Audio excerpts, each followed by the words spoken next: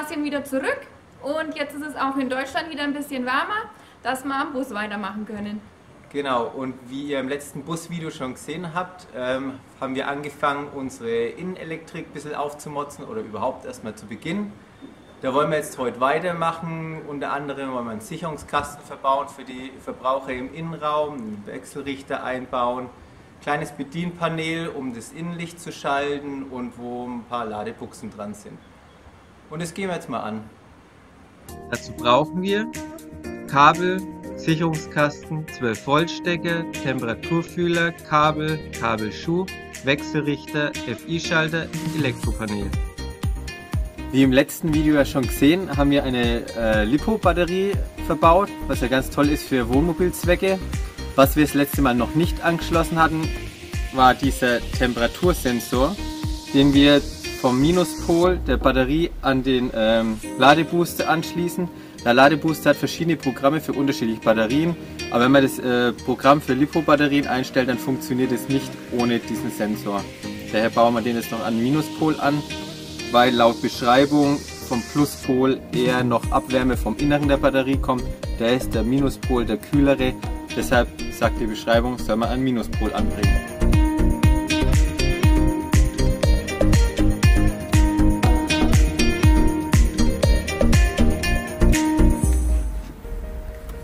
Der Ladebooster hat hier zwei kleine Schalter und da kann man die unterschiedlichen Programme dran schalten. Beide Hebel nach unten ist das LiPo-Programm, passt also.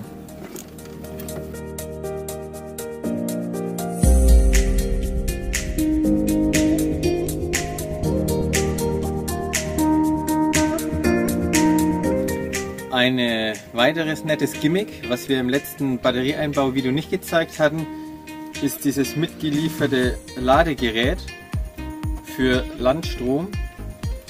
Das wollen wir uns hier reinholen, da wir noch keinen richtigen Landanschluss verbaut haben, fest im Auto, wollen wir das erstmal nutzen. An die Batterie anschließen, Kabel für außen und dann, wenn wir mal an irgendeinem Campingplatz stehen, wollen wir uns dann außen noch mit so einem mobilen, wasserfesten FI-Schalter absichern.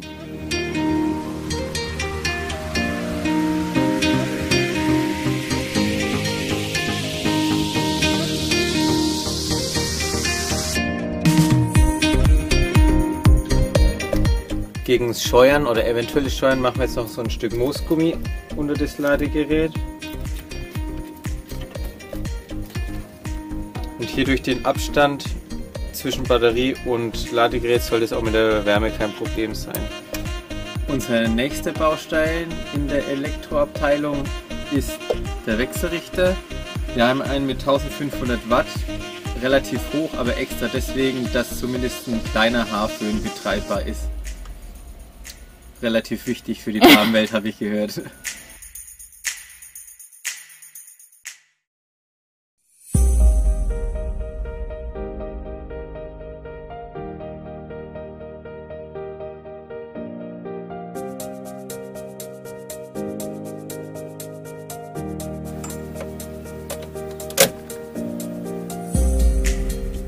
Kommt als nächstes der Sicherungskasten.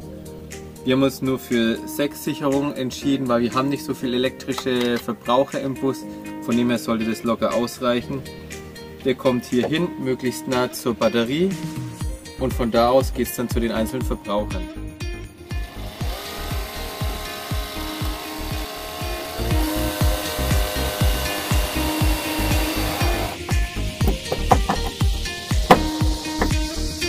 Der Sicherungskasten hängt jetzt. Die Pluszuleitung haben wir schon fertig, von einem anderen Einbau noch. Jetzt legen wir uns noch das Kabel zurecht für den Minuspol bzw. den Massepunkt.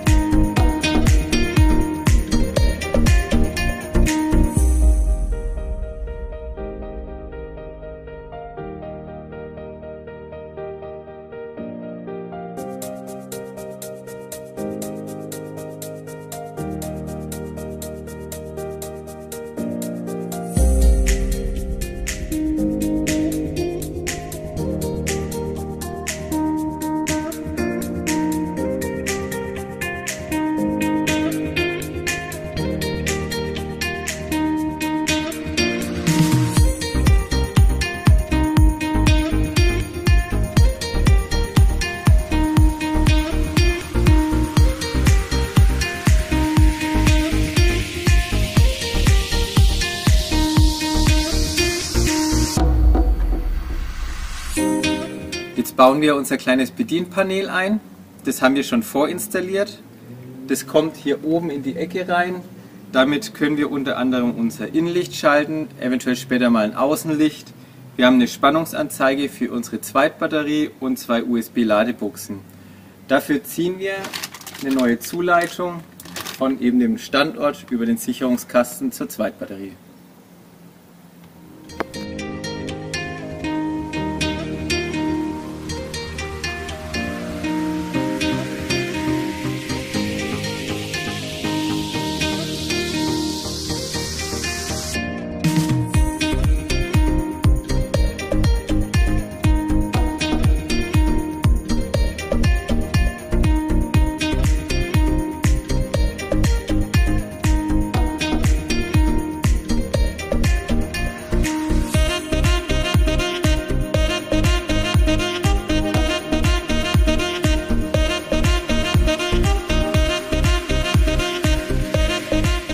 Wir sind jetzt mit dem zweiten und vorerst letzten Teil unserer Elektroinstallation soweit fertig. Weiter geht es dann erst, wenn wir Solar aufs Dach machen.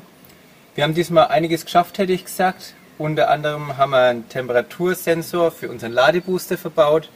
Wir haben jetzt die Möglichkeit, die Zweitbatterie über Landstrom zu laden. Wir haben einen relativ starken Wechselrichter auch eingebaut und einen kleinen Sicherungskasten, über den unsere internen Verbraucher im Wohnbereich, nenne ich es jetzt mal, laufen. Den Sicherungskasten werden wir dann noch verschließen und mit ein paar von den mitgelieferten Beschriftungsstickern eben markieren.